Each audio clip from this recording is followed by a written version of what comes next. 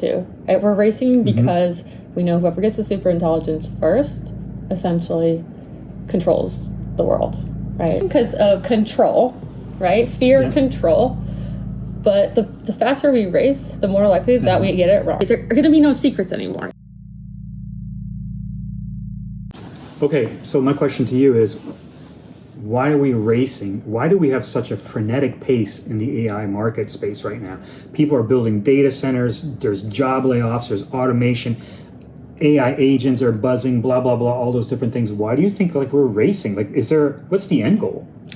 I think we're racing, I think I posted this on LinkedIn or somewhere recently, right? And a lot of if you go look at the godfathers of AI, they'll tell you this too. Right? We're racing because we know whoever gets the superintelligence first essentially controls the world, right? So, well, yeah. And they're like, if I get there first, I'm a good egg. I won't become a dictator, but I don't trust that guy over there. And same thing with countries, right? Same. This is in countries. So essentially why we're racing is because this has started. You can't put this genie back in the bottle. Not easily, at least. And whoever wins, you know? Yeah, but you see... But even if they do win, right? And this is what they're all talking about, the MIT, the 12 most likely outcomes of AI. Yeah, they're all pretty much abysmal. They are. They're very abysmal, right? So why are we racing? Why are we trying so hard? Are we trying to do it so that if, let's say I'm Elon Musk and I was the first one to create superintelligence, is it just there to protect me? Or is it mostly just, are we as human beings really just the pawns in all this? Because you want me to tell you why I think why Elon Musk is so obsessed with Mars? Sure. I think the real reason that Elon Musk is so obsessed with Mars is because we know, you can't stop you won't really be able to stop superintelligence unless unless whoever wins builds the superintelligence to become the dictator of the world, but never create another superintelligence and just stay out of the humans' lives, right? And just be like a surveillance system. But that's what's happening right now. That's kind of like the best outcome that we've got right now, kind of, right? Yeah, but because you can't make it stop, right? Because eventually someone's gonna get there, and once enough of the technology, the information is out there, it will be done. It will be rebuilt. So the reason I think that Elon is racing to get to Mars is because we lost this planet. Eventually, superintelligence will see us just the way that we see animals, right? And I don't mean in the a petting zoo kind of way. What I mean is we need to build a road there, right? It's not about us. It's not about us as individuals or harming us even. It's just our objectives don't align with their objectives. And when you get down to it, when you have superintelligence, you can remake anything into anything at the atomic level. And what are we? We are atoms. Well, right. I mean, now you're talking about and we can create new atoms. Right. You're talking about stuff. And so I think that he thinks that's the most likely scenario is that the most likely scenario is that we won't be able to.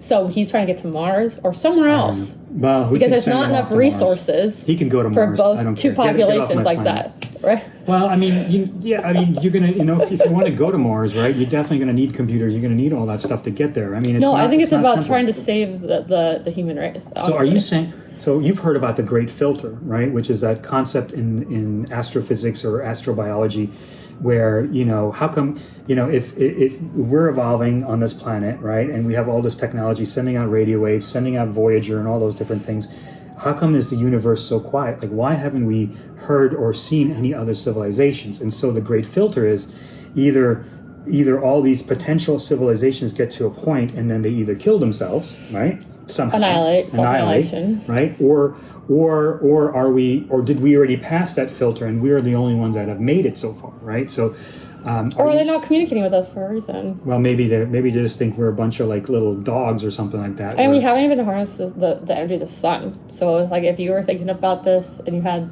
superintelligence, remember it's energy, right? Energy, harnessing of energy, right? So we're busy trying to build fusion, right? Energy. Are we though? Well, China is definitely doing it. China's doing it, right? China has built more nuclear power plants. China's doing exactly all the things that I would recommend, and they have been, including positive messaging to the public. Yeah, they do have problems. Don't get me wrong, right? So I know everybody has problems, but it's why are we racing? It's your original question. Yeah, why are we racing? Why are we racing? Because of control, right? Fear of control. But the faster we race, the more likely that we get it wrong. And if you look at the threat of AI versus the threat of nuclear war, AI is like hundreds of more likely. It's like, why if we as a global community could say nuclear weapons are such a threat that we have to like work together to dismantle, how is it possible when the data and even all of the godfathers everywhere are saying this threat is like times 1,000? Why are we not dealing with it? So what worries me, I think what's going to happen is once Q day for quantum computers really comes online, that's when it's going to probably happen, because the way that we're all doing with LLMs and we're doing all these large language models and frontier foundation models and all that stuff, it's still, I don't think it's going to get us to AGI. It's going to get us close, right? It's going to open, maybe the research is going to open new ideas on how to get there. Once it gets to quantum, right? You're talking about quantum computers can completely wipe out all kinds of encryption instantly. I know. Right? And so and then that creates a multifold of more computing power in more than we have now. And then using the technologies of, let's say, neural nets or other, type of what we consider for AGI and putting that into the quantum computers, I think that's when it's going to happen. That's my thought. My thought it's going to happen then. I think you're right, but I think the bigger threat is the humanoid robots. How so? Because quantum is happening, whether we like it or not, right? It's like that's already here. Yeah. That's not like that's why I built QR Pulse. We've been doing all this research. Oh right? Yeah, QR Pulse. It's because because the entire landscape and even like the Fortune 100 and stuff, everything is about to shift, and you got not that long to figure this out. Right, like the next year and a half is going to be wild, and it's humanoid robots is where all the money is. That's like $3 trillion market share, 2030. So are you? Well, I mean, I always hear about physical AI, right? And so while I'm intrigued, doesn't generally, touch it. Doesn't touch the market share. So that the humanoid robots does. So what's the difference? I know what a humanoid robot is, but what's the difference between a humanoid robot and physical AI? Yeah, so if like physical AI is more like you think about like AI on the edge, right? Like. You're talking about like those little robots that ship you bring you your Amazon package, like you've seen them run around with wheels. Sure, or even just like whether utility companies using them to like putting cameras up to real time. Oh, you mean like drones? No, but just even the cameras, right? You mean like the flock cameras? Yeah, or like data collection, right? Or just like how we're using like robotics and the physical AI to like improve manufacturing processes or discovery. Right? Energy utilities, like the real-time feedback and all that stuff, right? Digital twins, like the infrastructure behind that. Well, I like digital twins, but too. But physical AI is a big market share. It's very focused on right now. Quantum's bigger, and humanoid robots is, if you look at the entire pie. Yeah. Up here, I'll draw. Should we graph this? Should I turn this? Should I turn this around? I'm going to turn this around. You have to Look at this. This is what we do when we get together. This is live. So it's all right, there you go. Okay, this is her pie. Right here. This is the market share of opportunity. For what? Humanoid. For humanoid. For humanoid. But is by humanoid 2030. Of how much capital and money is going to flow into there, and so like the companies that are on like the S&P, they're not going to be the same ones. So so is humanoid part of the physical AI? Is it a subset of physical AI? I don't call it a subset because it's entirely different, right? It's like all different kind of pieces and components, but to make a humanoid robot is like all the joints, actuate, whatever. Is very intensive. It's very like it's its own classification. Right? It has to be able to see, has to interact, speak, all those types of components. Whereas physical AI, it's like it can just be like a lever, a robot arm. Okay, like a robot arm. Yeah, I like that idea. I like the lever. So what? Lever arm. So are you going to call it like the Cylon thing? Here's your market share of quantum, and quantum is huge. If you think about it. Right? There's going to be a ton of money flowing into there. But if you're trying to make money or position yourself because you're like an average American who's just gotten absolutely annihilated. Yeah. Right? Focus on humanoid robotics. There's only 4 companies right now. Yeah, Unitree is one of them, right? Yeah, but there's 4 car companies that are set up. Tesla, right? Tesla is a major one, and they've got the production right. Unitree is shipping 6,000 units next year. Elon has a capacity to ship 1 million. Think about that, right? But Tesla's kind of overpriced right now, but SpaceX isn't. They're going to merge. So get on SpaceX after the August 30th. Yeah. After the dip, because they had more IPO sell-offs, and the market's going to tank again. Wait. The market's going to tank in September and October. You just wait. That's my guess, but if I knew how to guess right, I'd be a millionaire. Here's your like AI percentage. Right Oh, so that's tiny. That's a tiny sliver. And the rest of it is humanoid. So you're saying the humanoid is probably, based on this pie chart, a guesstimate of about 75, 80%? And humanoid's coming out next year. And that's coming out next year. And humanoid's coming out, meaning that these are the robots, like a Grok or like a Claude or whatever, ChatGPT, whatever you know or use, that can walk around, interact with your environment, and do your job. So, but that goes back to what we were talking about, the jobs before, right? So yes, what about, it all connects. I told you, everything weaves together. So the other question is, okay, well, what about, let's say, what's typically in the blue collar, jobs like construction, or let's go back to over here, construction, the trades, are those people safe? Or would these humanoids be the ones that are going to start muscling into them? You have to be able to fix the machines. But you have to be able to fix the oddities. Cognitive reasoning, right? So it's like electricians who are really good at their job. They've been doing it forever. Yeah. They're safe, right? Because AI will, these robots will be able to fix the simple things that you see every day. They won't be able to do anything they won't be able to fix. That's right now at the beginning, right? And probably several iterations later, maybe in 5 years, they would. But then that comes back against to the job. It's then there's no UBI, and they're going to start releasing these next year, right? At scale. So who's gonna be able to buy anything? Why do you think they're cutting all the jobs now?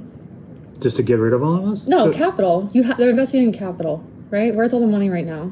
All the money is going into the AI. Well, no, it's in the Fortune 100 and the rich, right? It's in the 1%. Right. So if that's where the money is, that's who's going to buy it. So what happens if a group of us buy a couple of these humanoid robots and then go after the 1%? Can we do that? No, that would be bad. Don't do that. No, but I think it's going to be much harder for a normal person to scratch, even if it's $27,000 or $30,000 or whatever, right? It'd be much harder for the average person to do that. But if they're able to do that, and hopefully people will set up teams, communities and stuff, to produce. Because I think that's going to be the model. People are going to go rural.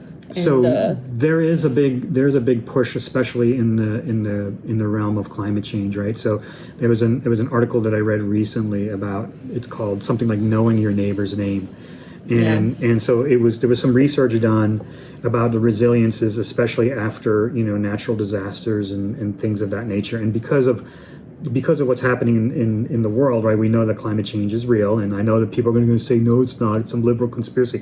But no, we have the data, and it's happening, right? We've had it for a long time, by the way. Well, the thing that I want to say is that I think as the 1% are moving away and kind of building all their capital and doing all this, you could say at the expense of us, the remaining 99% of people, we got to band together, and we got to be able to figure out how are we going to just survive, right? Because we're not going to be working. I have a point on this, right? So it's just we're looping again. Or are we pendulum swinging too far one way? We're looping again. You're looping again. I think so. And Revolutionary times, Civil War times. Think about those history. We're going to go back to the war times, like Civil War and World War I and World War II. Yeah. I mean, we're looping, right? Because we have created this instability with with policy and stuff, which is short-sighted and doesn't protect the American class, whatever, right? So now we're here, right? There's two options out, right? It's the easy way or the hard way. The easy way is where, the really highly educated who are in this, hopefully highly educated, who are in this class, right? They're operating from a place of fear. They're not acting rational, right? They're worried about fears. We all know what happened on that island. You don't do that kind of thing to American people, American public, let alone American children, and they're worried about this, right? I mean, that depravity is like a self-inflicting prophecy. But at the same time, what's the best way out of that? Is to be part of the solution, right? So I agree with you. I agree with you on that. I think that slave owners were worried back then, right? Because they were significantly outnumbered. You know what I mean? Well, yeah, right. And so they fought it. And they fought it because they thought it was their end of their way of life, right? I'll give you the example. Right before the cars took over, right? There was a whole industry of blacksmiths that were shoeing horses. There were stables. There were all these people. And when the car took over, it wiped out their industry. And that's kind of what we're doing. That's what's happening right now. But not just to one or two industries, but I think across the board. Yeah, but right? I think of the fear of the control thing, right? It's like there's so much. There's so much that the American public doesn't necessarily know too. And there's so much that like a lot of these higher interest groups are trying to they think they can protect, but what they don't understand is with data and with AI, there are no secrets anymore, past, present, or future, right? So what do we? We can use do? data, triangulate. We can rewind the internet. It's crazy what we're able to do. Yeah, well, the internet is now nothing but bots, right? So whatever we're being fed on social media is probably very bot driven. Yeah, but there's a narrative there, right? And it's but what I'm trying to say is it's very fear driven. Right? It is very fear-driven. And their secrets are all coming out, whether they like it or not. And that's within the next year to 2 years max, right? There are going to be no secrets anymore. If you want to know something of what somebody did, whatever. Privacy, we never had it, right? Privacy, if we did have it, we never did. We lost I it. checked. We lost. I checked for 4 years, extensively. So okay, all right. I mean, when we put this video out and it's all going to get spliced, whatever it is, right? There's a lot of fear. We spend a lot of time really driving a lot of fear because we talked about the jobless losses and the AI and the humanoids and fear now, especially that.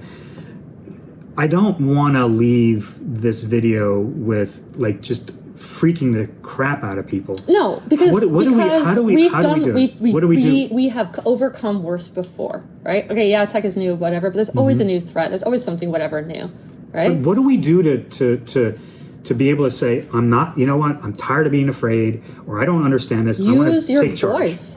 Use your voice. How would you do? What would you do to use your voice? Is it emailing or talking to your senators or whatever? Because a lot of people don't care. They don't care. They're compromised by dark money, right? Yeah.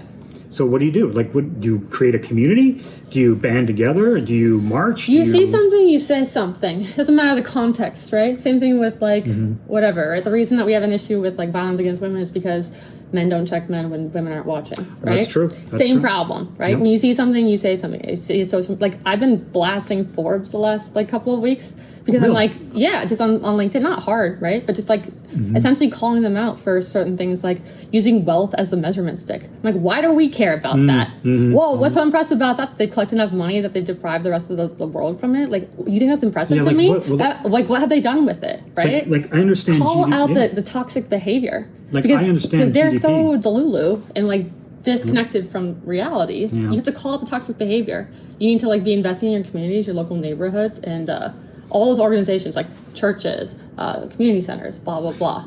That's how we're going to get this done. Start your poverty garden or whatever as well. Yeah, that's true. I've been one of the things that I do is we've done it for many years. We raise food donations for the local food pantry.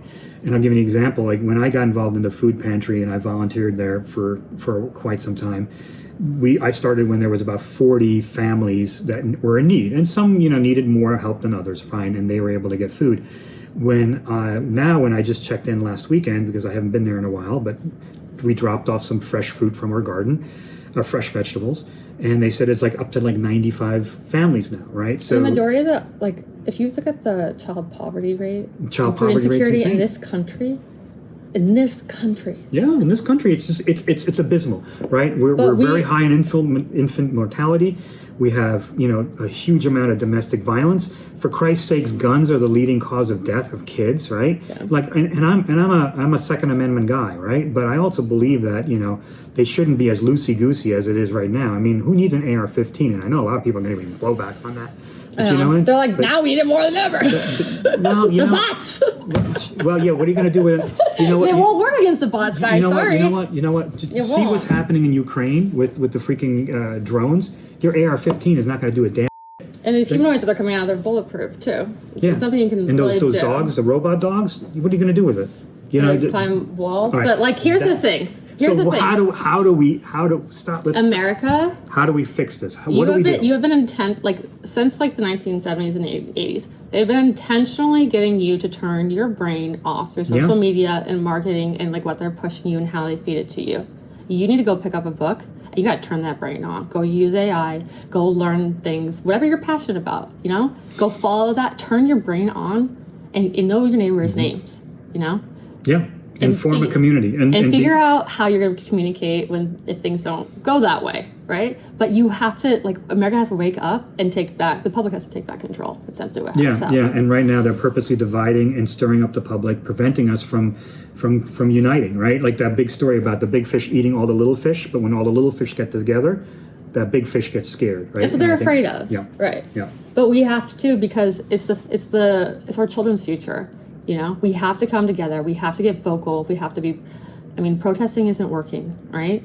No, it's not. And in fact, they're pepper But you know what spraying does us work? Boycotts on buying their stuff. I like the idea of a nationwide strike. I do too. But the question is can we afford a nationwide strike from the people Can we who are afford already... not to? Can we afford not to? Good point. Because if you think that you're safe, you're not. No. And that's how they're going to pick us off one by one. Right. Okay. And usually what happens is they wait till the very end to come after like the higher income intellectuals, right? Well, if you look at Mao Zedong, if you look at what happened in Germany in the right before World War II, if you look at even Russia, a lot of the authoritarian dictator type of styles have always gone after what they said were the elites, which were the educated class. The fact that Dr. Fauci had to sit there and invoke his Fifth, Amendment right at that sham hearing run by Rand Paul is just atrocious. When they go after the doctors, the country has fallen. And we know how many scientists have been, right. Whatever. Yeah. But at the same time, we have faced worse conditions than this. Yeah. And that pressure, that fuel, that fire, it's what has brought out our most incredible leaders of all time. Right? Yeah. And that person, those people, they are in our communities right now. Go find them and get them up there, please. Yeah. So I think with that, I think the moral of the story is that, okay, fear is real. We understand that, but don't let it overcome you, right? Change is coming, but you are not powerless. No. And we have to collectively, together we can. And if you look at the odds of how this all plays out, like you simulated it, we do pull it off in the end. But let's not wait on our behinds for this, right? Right. Let's get active. Let's demand a UBI, and let's demand. We can lift the strike when the UBI is in place for every single citizen here. I don't care how much money they have to run not to the just ground. UBI, but also healthcare, right? Yeah.